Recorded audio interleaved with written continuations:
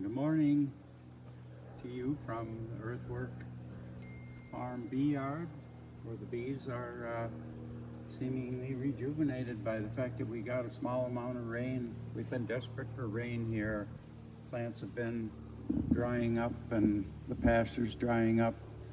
And in the surrounding area, some people got a really nice quantity of rain, but we got not too much more than a trace. I would be surprised if we got a quarter of an inch. But still, the plants look different and the smells are stronger in the air. And the bees, I think, seem to be displaying some optimism by the way they're flying. So, so this is when the main honey flow of the summer occurs. And so sumac came into bloom about a week ago, and the basswood blooms are opening up. Star thistle is just showing signs of flowering, and clover's, white Dutch clover's been blooming very strongly. But it's been so dry in the middays, the bees have stayed at home a lot of the time, so I can tell the flow has not developed yet. It's been interrupted by this extreme heat and drought. But we thought we'd take a look in a colony and see if they had gathered some honey earlier. And my friend Richard is here to give a hand, as usual. Dependable Richard. So we're gonna check a super on top of one of this first hive here and see if we can see some honey coming in.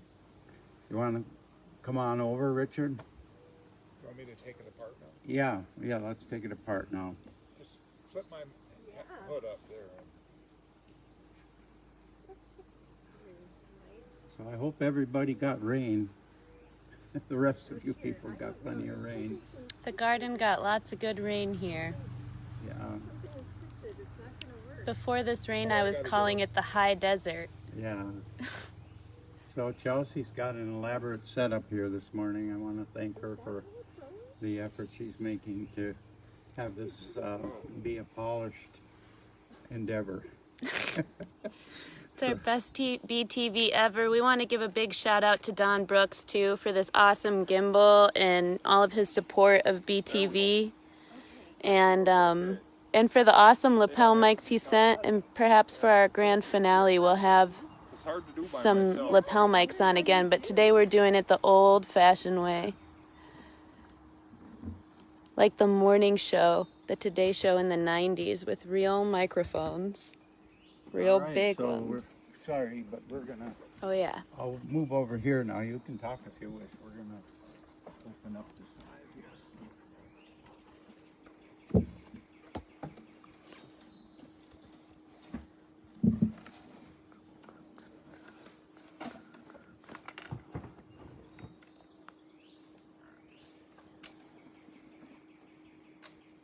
Okay, smoke. Let's get a little smoke under there. Right under there.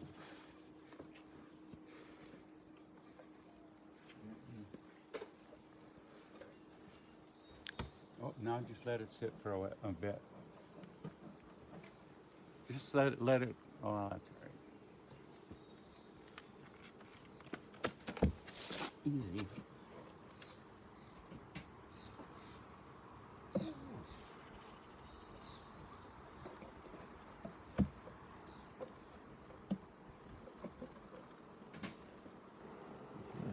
You want this sitting down now?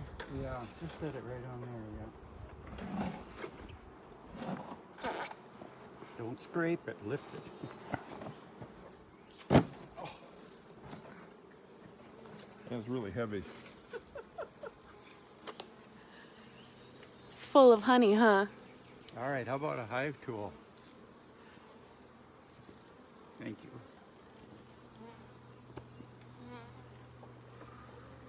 You're ready to take a look at this amazing development?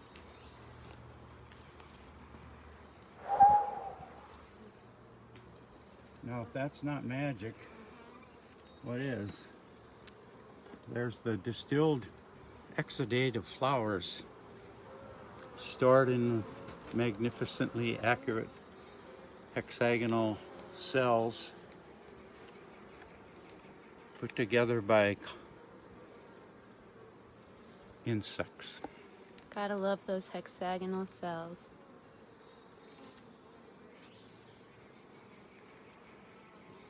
Oh.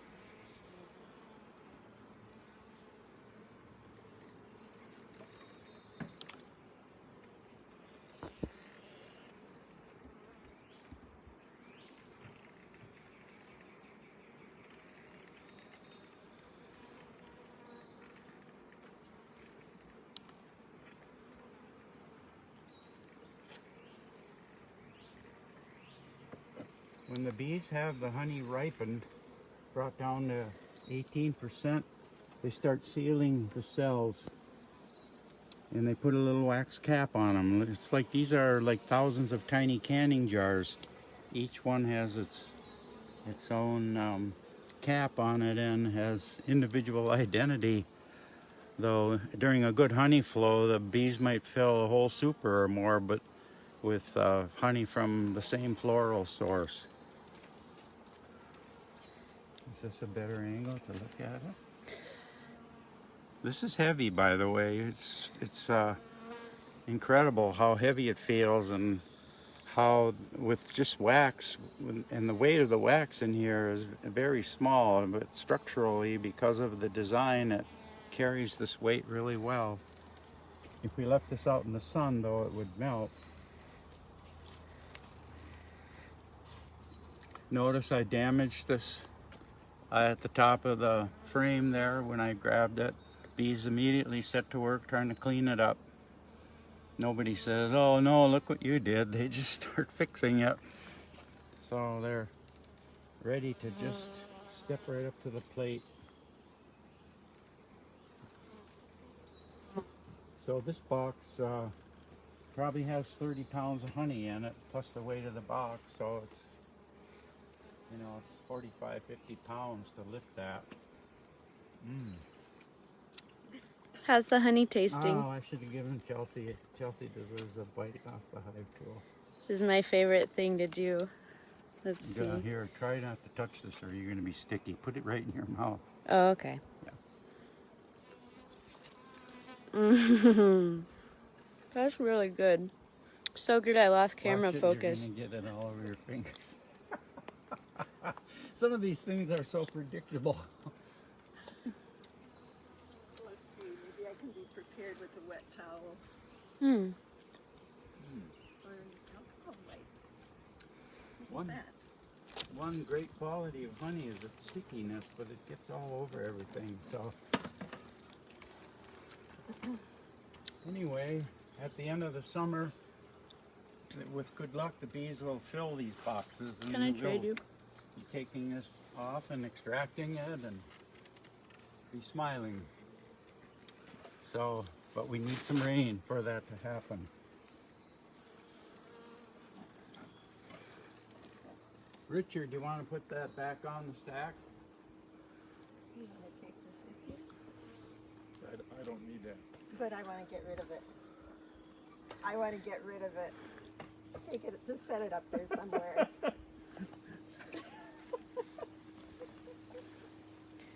Bob, for people that haven't had honey right off the comb, do you want to talk about how you manage the little bits of wax that you might get?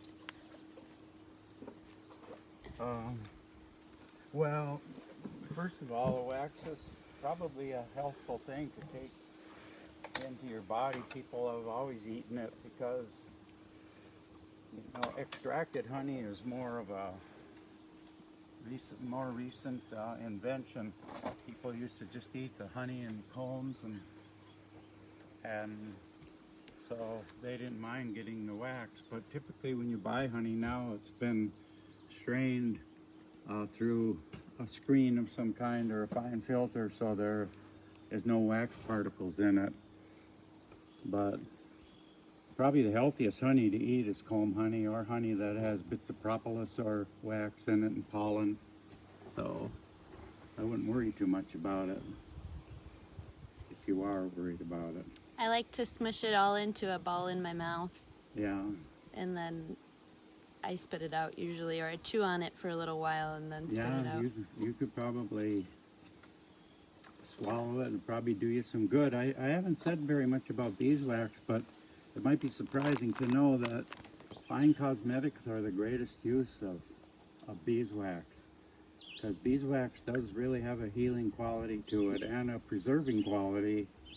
If you look at some of the corners of these hives that have a different color, those have been soaked in beeswax dissolved in mineral spirits, and it goes right into the wood and preserves the corners really well.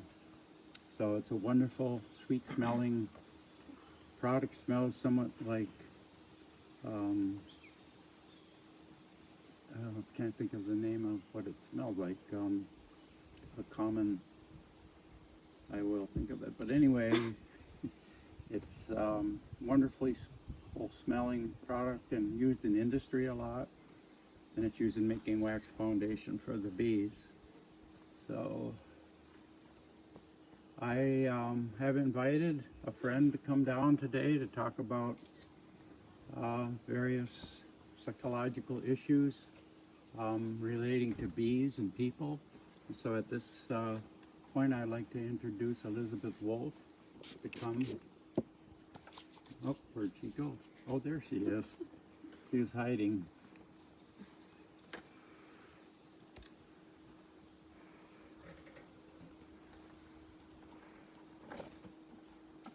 Thank you for coming. Thanks, Bob. Could you do me a little favor and pour a little of that water on my fingertips to get rid of some honey sticky? Sure. Thank you. Mm-hmm.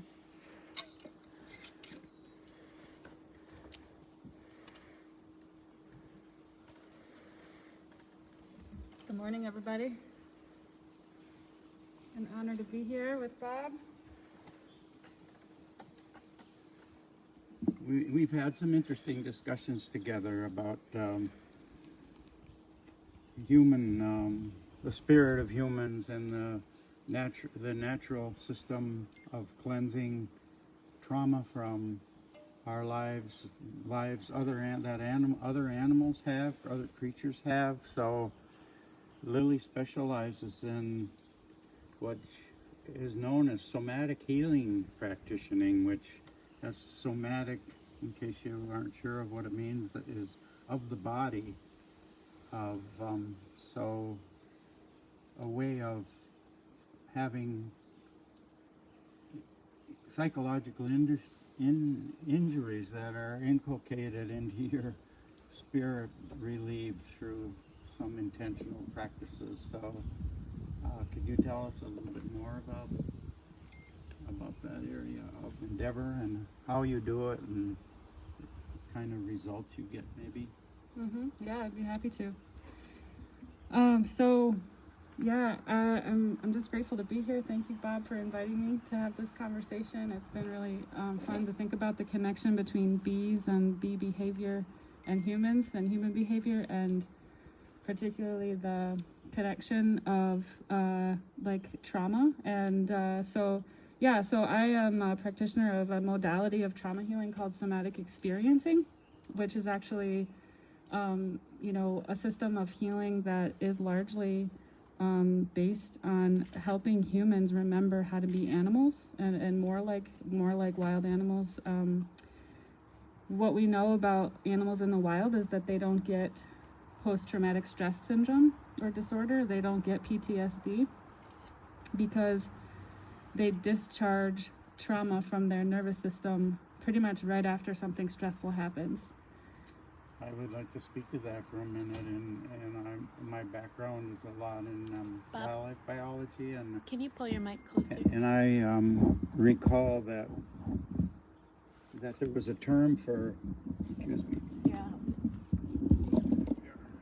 a term for it was recognized in wildlife biology too, and they called it displacement activity, which is it's a form of emotional release or a frustration relief. Exactly. Yeah. Yes, exactly. And so, we see this a little bit in domestic animals. Like even if you just look at, a cat or a dog, a domestic animal like that, you'll notice that they shake a little bit, or they, kind of like, after something stressful, they might, be extra mobile and just kind of move around a lot till their system feels more calibrated. But we definitely see this in the wild, like you're talking about. And presumably humans used to be a lot better at that.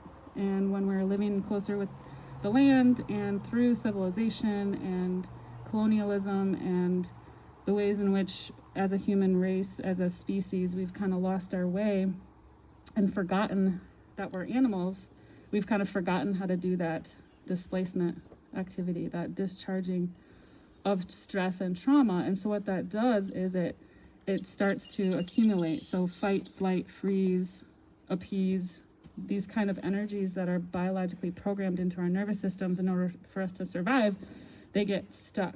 And so this is kind of what we've been talking about, Bob and I, around like what has happened with humans that we have forgotten how to live in sync with each other like the bees, right? Yeah, so this morning I sat down and made a list of qualities that honeybees show us, and I'd like to go over them because, there we go. Well, number one, they seem to be the greatest example of cooperation that we know about. Maybe ant colonies are too, but we don't know as much about them as we do honeybees, I don't think, though a few people do. So bees work together apparently flawlessly, even though they may not. And the reason they apparently have common purpose. They have an excellent distribution of tasks and a sequence.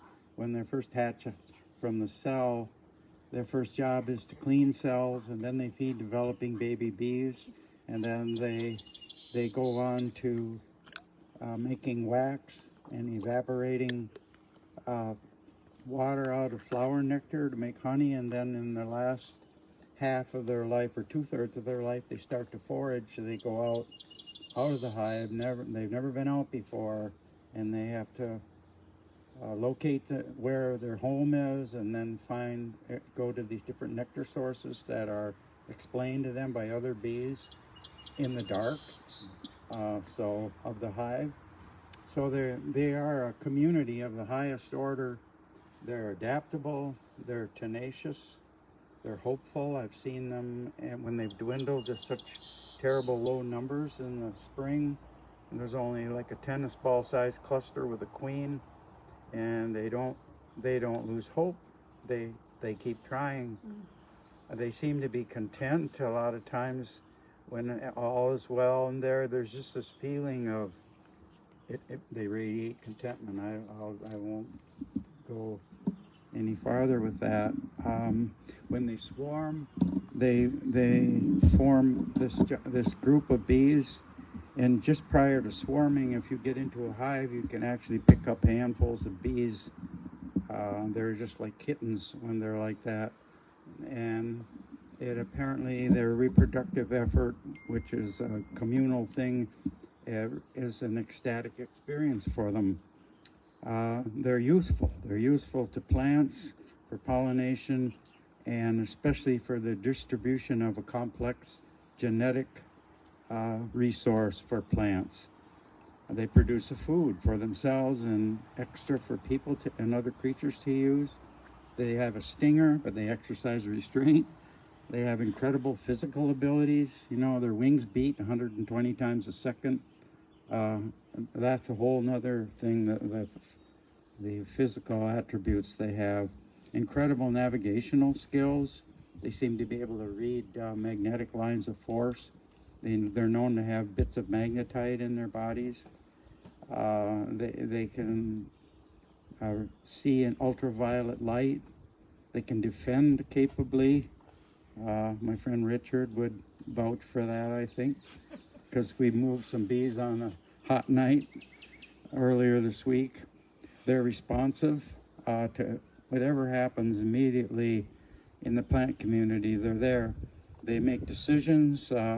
Queen probably has nothing to do with it, but there's an oligarchy where apparently the older bees make decisions. They consume only what they need, and I already said they're content. So when I started to make a list of the qualities of humans that were so highly developed, my list was a lot shorter. And so somehow here we are, the primary, thinking of ourselves as certainly the primary species on the planet. We have a lot to learn from these creatures, and part of why we cannot thrive is that we are psychologically wounded creatures. And so Lily is here to kind of explain what she sees in that realm. Yeah. So, yeah, thanks, Bob. You know, I think that what we're talking about this morning is that, like, all humans presumably are sort of born with this intrinsic goodness, but obviously we also have the potential for destruction, and a lot of us, especially those of us who kind of come from settler colonial people, we have quite a track record of destruction. And so when you look at that from a cultural perspective, I think it's important to look at trauma from a cultural perspective like that, and to say, like, okay, what's going on with these people that this kind of cycle of violence or this cycle of trauma keeps getting perpetuated to the point where we're forgetting how to be in community, and we're forgetting how to care about one another, and to flock and swarm and live in attunement with one another, like the bees, right? And like so many systems within nature. And so, again, like I was saying earlier, a lot of that comes down to just the physiology in the body, and how we have forgotten, because of the way that history has unfolded, how to be animals and how to discharge trauma from our nervous system so that we can recalibrate and attune to one another once again, right? Well, yes, like somehow we're carrying all this trauma, which generates into fear, and when you're fearful, it's really hard to relate honestly to someone else, or to be able to see how things are feeling inside of them, because you're preoccupied with your own issues. And Yeah, will you make sure you're just speaking into the mic? Yeah, so yeah, I think that's a great point around the fear, and I think that a lot of where that fear comes from is a felt sense in the body that we aren't safe, when actually maybe we are more safe than we think we are.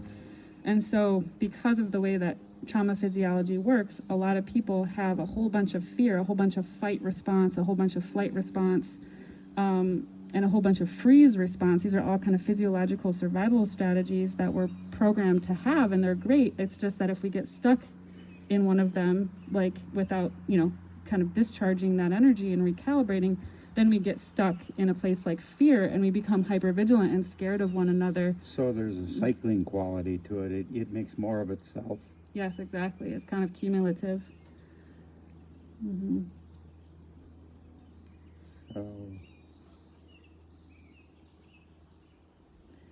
So what are some of the kinds of fears that you have found in people, like a little more specific kinds of?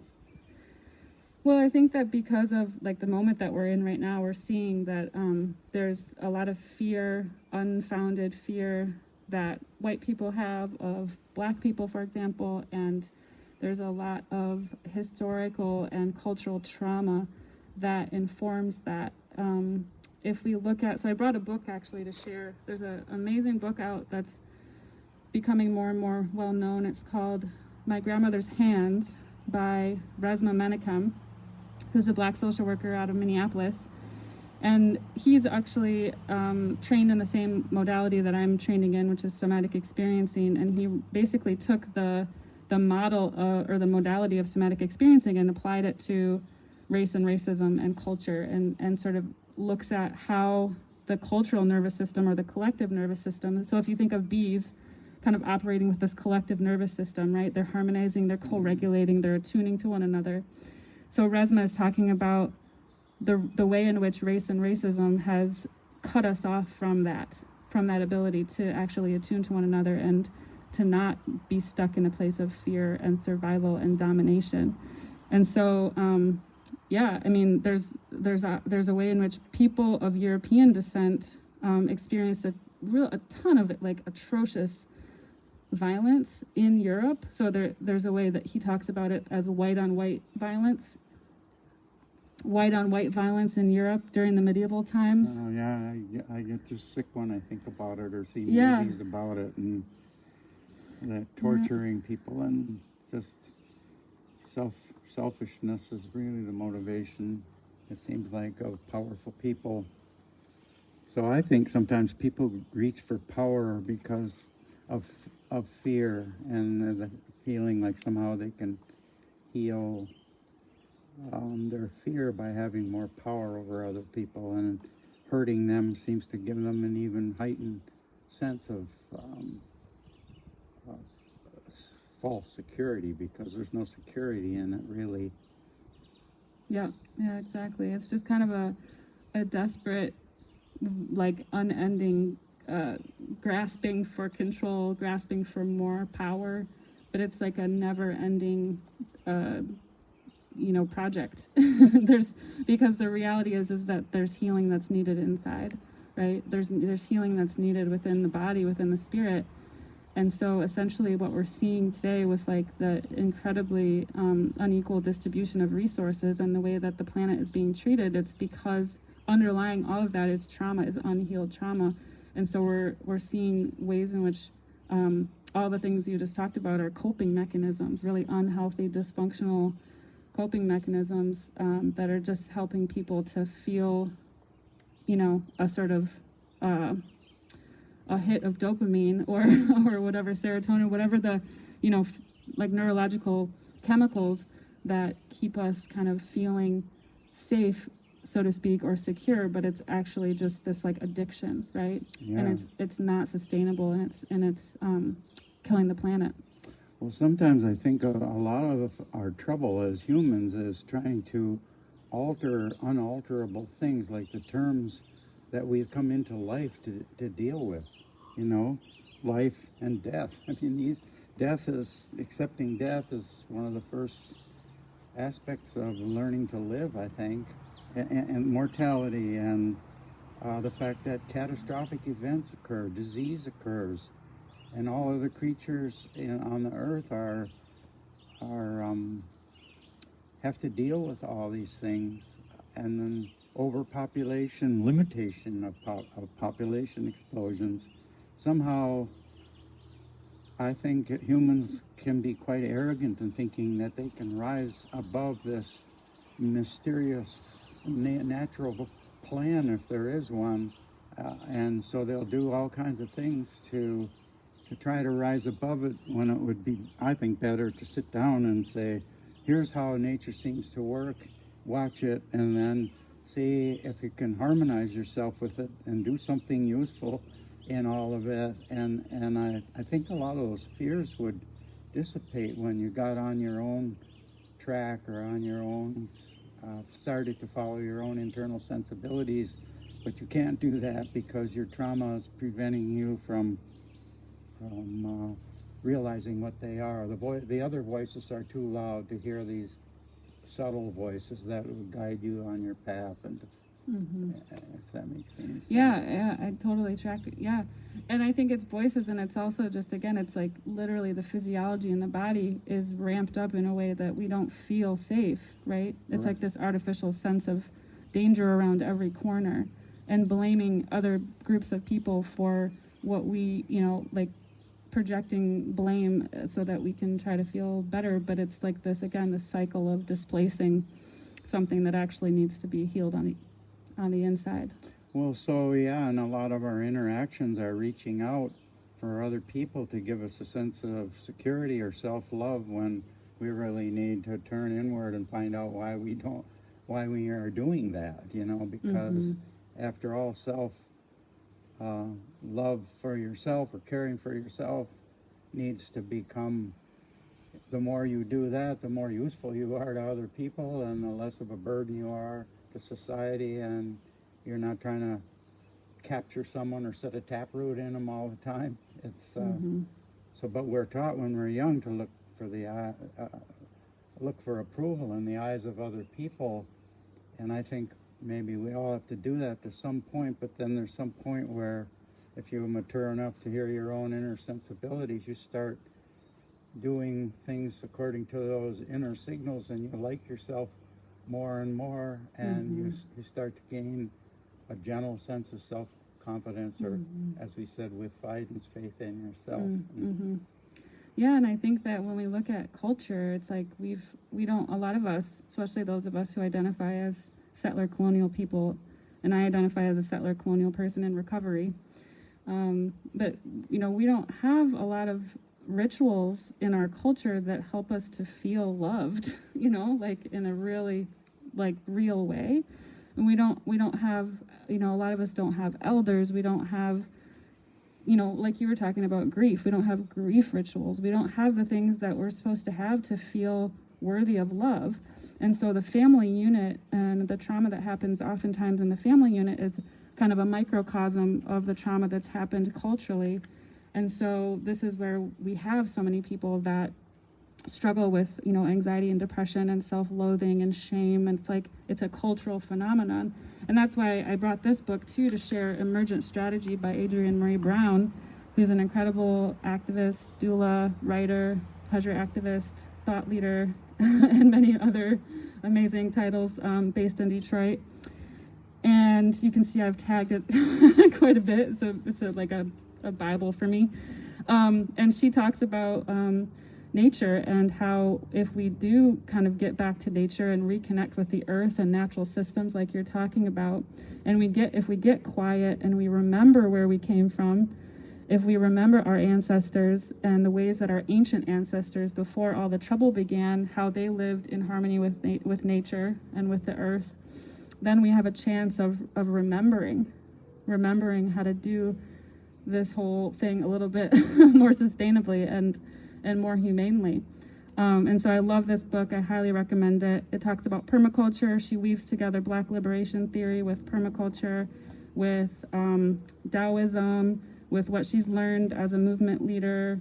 It's unbelievable. It's such a powerful piece of work. And so I'm all about this connection between building social justice movements that are rooted in earth-based ritual and trauma healing work, because it's almost like we can't do one without the other, and all of those things need one another. And it's sort of like this intersection of remembering how to be in attunement with nature, and how to heal our bodies with each other, how to love ourselves, and how to then work toward collective liberation. That's what we really need to be about. Elizabeth, can you repeat the title for Dawn Brooks, an author? So it's Emergent Strategy by Adrienne Marie Brown.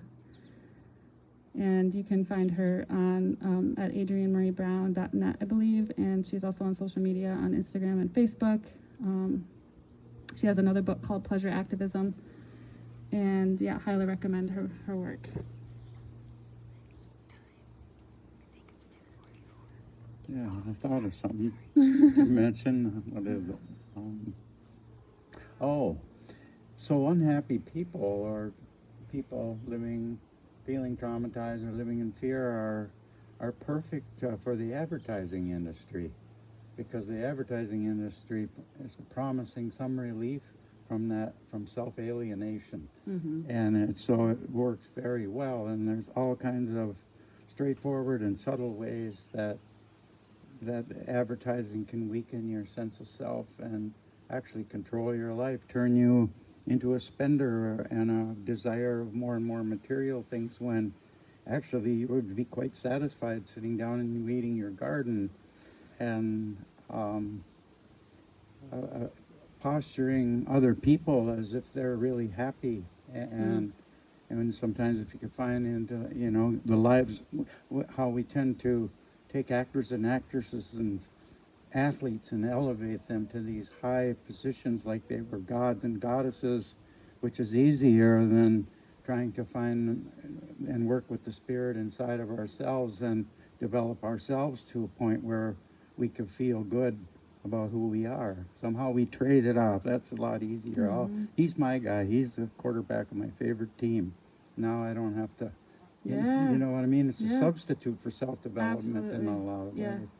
I think what you're speaking to is exactly it. It's like we've substituted culture for consumerism and celebritydom, right? Yeah. And just branding. It's almost like even the way that some of us relate to Mac products. It's a cultural thing that makes us feel a certain way, and yet what is it that we're actually looking for, right? We're looking for a sense of belonging and connectivity. I was about to say that something in us yearns for a collective endeavor or something to share. I mean, you can see that happen like when we put the harvest gathering together. Every once in a while, you'll see a group of people on fire working so well together, and something inside of us is nourished by working together well. Absolutely. Yeah. And what you've built here is such a beautiful example of how to resist the dominant culture of consumerism and capitalism. And I know that when I first started coming to Harvest Gathering back in 2006 or somewhere around there, it was the beginning of a healing journey for me in that same way, because even though I was raised by a naturalist and by artists and by liberal goods in some way, or thought that was the goal, to have the right clothing or to have the right car or to have the right house or whatever it was. And so I kind of found my way, thankfully, back to Michigan and found my way to Earthwork Farm. And it was a very healing and restorative experience for me. And that's why I kept coming back and back. And here I am today, 14 years later. And so I think that that type of cultural gathering and the type of earth-based living that's happening here is exactly the type of work that we need to do to come back into right relationship with ourselves and with each other and with the land. Well, one of the most valuable things about it is you got a lot of lessons in humility when you try to do things with the land. I mean, you make all this effort and then it gets hot and dry and pasture dies, and I mean, the cows get out on the road and get hit, or and the bees could be poisoned by spray. A bunny gets in the garden. Yeah, and the bunny gets in the garden, the woodchuck gets in the garden. Yep. I mean, the raccoons are on the porch making a mess every night. A chipmunk gets in your kitchen and eats your avocado every day. Every day. So, but these Advanced mindfulness practice. Somehow to get to the point where you have some level of acceptance of all these pests, I mean, that's what we have to do. We're sharing life with them. Oh, what was I gotten so frustrated sometimes. But I think living close to the land does strengthen your character. This old beekeeper told me one time, what doesn't kill you makes you stronger, he said. And so I think but then, through this, I think you start to, in your attempt to make it work, we look for success. I must say, success has been a motivational factor for me. I like to get an idea and manifest it and then have it succeed. And I hate it when there are setbacks that keep me falling backwards over and over again, which seems to be, I have not learned those lessons yet because they keep on happening. But then there's times through the suffering, I think the Buddha said life is suffering. That's the other thing, to see nature how it is, and that life is suffering. I used to think once you got things in shape, you wouldn't have to repair them anymore, and that includes your car even, Chelsea. I'm so glad my car is the example. Yeah, so, but things keep breaking. Atrophy. Entropy, yeah. Entropy. So, but then every once in a while you could open up a colony of bees and see this miracle in there. And now, because you've earned your way into a deeper insight of things, and you can let this flow into you and feel part of it rather than alienated and said, oh, those bees, they're going to sting you, and that's all you think. Oh, bees, stings. That's almost 90% of people's responses. They're so for me. cute and gentle. Yeah, they are, but they can sting. They can sting, yeah. So Yeah, exactly. Yeah, the piece about just being humble, you know, and like realizing that we're not like the best like the best species, and we don't need to be like superior, and we're not. we like, we but think we are. I mean, we even have a verse in the Bible that says that we will have dominion over all the land. However, some people interpret it as being caretakers. That's hard, being a caretaker. Wendell Berry wrote a book with the title "What Are People For?" So Yeah. it's a good to ponder that question once in a while. I mean, I like people in general, and I don't feel like a terrible anger to get rid of everybody or anything like that. But sometimes you wonder why are there so many of us, and why are we in such terrible health and eating foods that are bad for us? And Yeah, yeah, and again, it's like I mean, not to belabor the point, but I think it really does come down to unhealed trauma and not having the support that we need, and not having the connection with the earth that we need to heal trauma. And so, yeah, maybe you could talk about how you go about this and how people have responded to it, and how maybe even yourself, if you've been able Sure. to do some of this work on yourself. Yeah, I'm gonna put my hat on because I don't want my head to burn. Yeah, good. I hope I'm going to sit in your shade of your hat. We also apologize for the dancing gimbal. We're battling some technical difficulties with the sunlight coming in and tricking the gimbal into changing directions. Oh, yeah. He mentioned last week that the gimbal got warm, or the phone got warm, or something. The gimbal got warm so just so everybody knows, Susie is holding up a towel and shading the gimbal so BTV can continue. My Thank you. Yeah, contribution. let's take bets on how long she can hold her arm out like that. Thank you. Let's see. I'm up for it. She's a trooper. I'm just gonna take a sip of water too. Susie needs to be acknowledged for all the little details she takes care of. And yeah, she watches. She tries to perfect things. Well, Yeah. She thinks of the things that are often forgotten. So thanks. How are we Bob. doing on time? We've got about 13 minutes. oh, Okay. all right. So ball's in your court. You're going to And tell then us. we want to end with a song. Oh yeah. Okay. Okay. So yeah. Let's see. You asked about the kind of how does it work? Yeah. How Yeah. does your modality, your healing modality, apply? The practical application of it. Yeah. Yeah. It's a good question.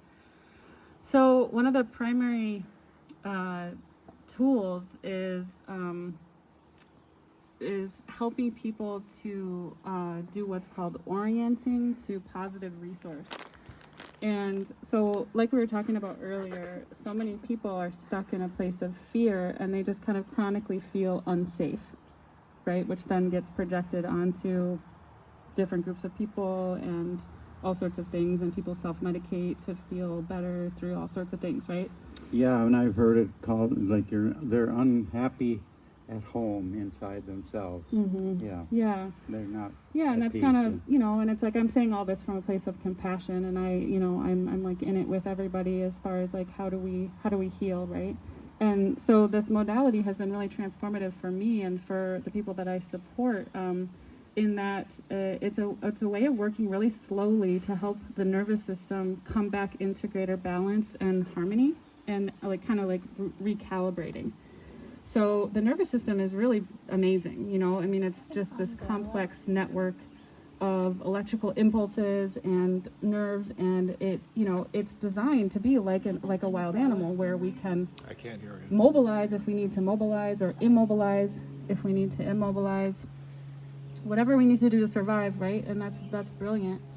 And yet, right when we get stuck in a place of mobilization, then we're fighting everything all the time, What does she need? or we're in fear all the time. She's all right? And so the way that we work is that we help people to actually notice what is going well in this moment. Like right now, I could be very focused on the bees if I were scared of bees, and I could just be over here sort of having anxiety because I'm scared that I could be stung by a bee, right? Yes. And I'm not, because I I'm actually orienting to you. I'm orienting to the other people that are here supporting us. I'm orienting to the beautiful day. I'm orienting to the trees, to the breeze, right? I'm orienting to all the things around me that are actually helping me to feel good.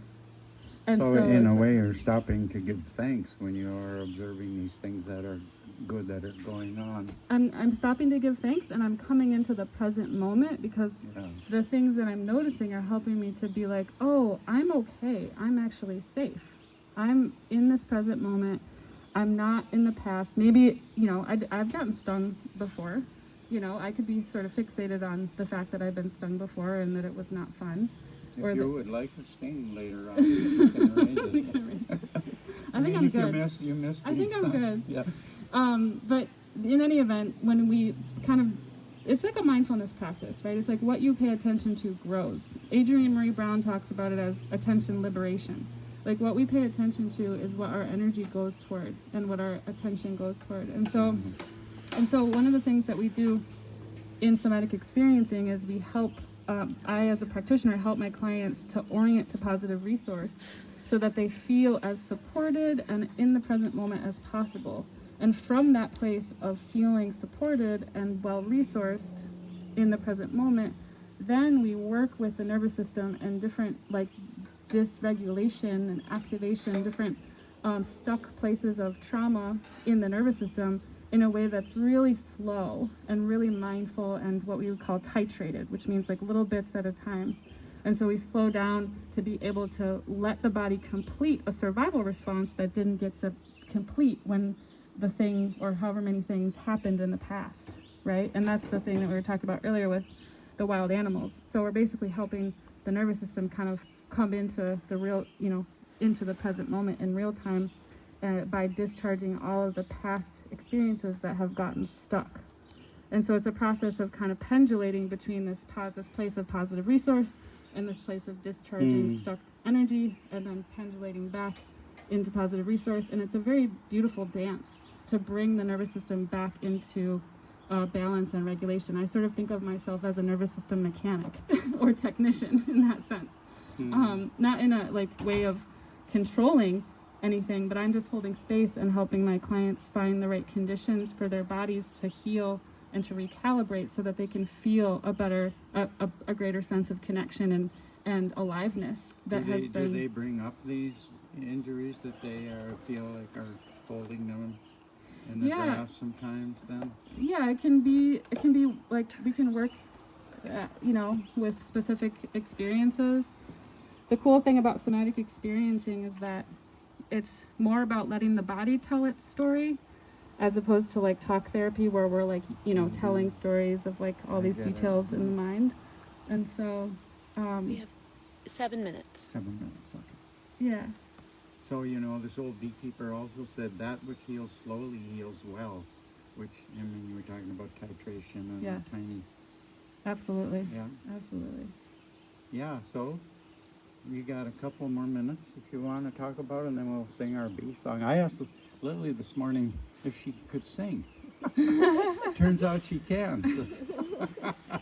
So we're going to sing the bee song that we to wind up this last episode of the. We have one more episode. Oh, No. yeah. Next we week, we do. Sorry. But it'll be great. It's We're gonna gonna be help great. 6 you. of them, right? There's actually 7. We have one more skill swap workshop next week, and so it wraps up on July 18th. I thought it was the grand finale, but I guess not. Yeah. Geez. Sorry, honey. I just learned now as well. Well, I But mean, it is, yeah. all right. To be fair, originally when we talked about it, there were 7 weeks of skill swap, and Bob, you agreed to do 6, but said you might go on vacation to the UP for one of them. Oh, and Yeah. I might. Yeah. Yeah, so What a good idea. Thanks for reminding me of my intent. Yeah. everybody, we've got some comments coming through chanting one more episode, one more episode. We'll make it fun. We will. We could do the Bee Veil fashion show. Oh, yeah. I was feeling sad we hadn't been able to do that. I need another copy of the lyrics. Thank you. You could You set don't one have them in. memorized? Not yet. You Not could yet. set one in front of me if you want to. Oh, yeah. Do you have another one? No, yeah, I got a bunch of them. We could I'll tune put in. them on. Yeah. And I'll need one too. Oh, it's not going to blow away. Okay, Susie, will you kick my... I can get it. I Your just want fiddle? to get a note off my fiddle so we don't You got it. sing too high or too low. I tuned it. I checked it. A seems to be the ideal. Susie, you were a champion with that shade cloth. Well, it's coming right back. Whoop. Well, hold on. So I want to reiterate where this song came. I want to reiterate where this song came from. I used to do some work with a fourth grade class for, Richard's wife Donna was a fourth grade teacher, and for, I don't know, 2 or 3 years I came in almost every week at certain times of the school year, and we did all kinds of things having to do with bees. And once we entered a national contest to write a song about the cycle of the buzzing bees, and it was to be to the tune of Yankee Doodle. So here we go, and it starts out in the fall when the bees are getting ready to go into winter, and fourth graders help write it, and you'll probably detect that. So, the air is cold, The nights are long, the honeybees are quiet, clustered tight inside their hives with honey as their diet. Lady Queen must bide her time outside, the winds are blowing. She's warm inside the cluster now, there is no nectar flowing. April showers bring May flowers, bees are busy ladies, hoarding nectar pollen to feed their hungry babies. The queen is laying heavy now, she feeds on royal jelly. She fills 2,000 cells per day, the eggs come from her belly. The eggs are laid, the larvae fed, the pupa are transforming. The hive is growing larger now, and soon they will be swarming. Worker bees have many jobs, cleaning, feeding, waxing, dancing, stinging, flying too. We're sure it must be taxing. The bees have reached full numbers now, the warming winds do blow. The summer plants now in full bloom bring on a honey flow. The bees dance in a figure eight, to us it sure looks funny. They tell the source of nectar sweet to make some yummy honey. The air is cool, the trees are bare, the summer work is over. Combs are full of honey now, there will be no more clover. Mr. Drone, your job's complete, Our Lady Queen has mated. The frost has come, the blooms are gone, your days are surely faded. Amen. Little the beehive choir. We got 2 minutes. Oh my gosh. Well, let's see. What can you do for 2 Questions minutes? from our audience? Well, send some prayers for some more rain for us over here. And the bees will respond by making a honey crop, I think. Right now, they're waiting for that rain. Oh, we could plug, coming up next, Ruby Miller will be teaching observational drawing on the Earthwork Harvest Gathering page for this week's Skill Swap workshop. So tune into that. It's a very healing and meditative and enriching practice. And Ruby is a wonderful, wonderful artist and teacher. Oh, good. So, yeah. And thank you, Chelsea, for filming and sitting in the sun there. And thank you, Susan, for creating shade. And thank you, Richard, for breaking down the hive, being just a stalwart companion. So you're much appreciated. And thank the honeybees. Yeah, and thanks for the bees, and thank Lily Elizabeth for coming down, and this little dialogue was largely unrehearsed, but I think we found. Well, you already knew that, I suppose. Yeah. But I thought Say goodbye. it felt good to me. Me too. Thanks, Bob. Mm-hmm.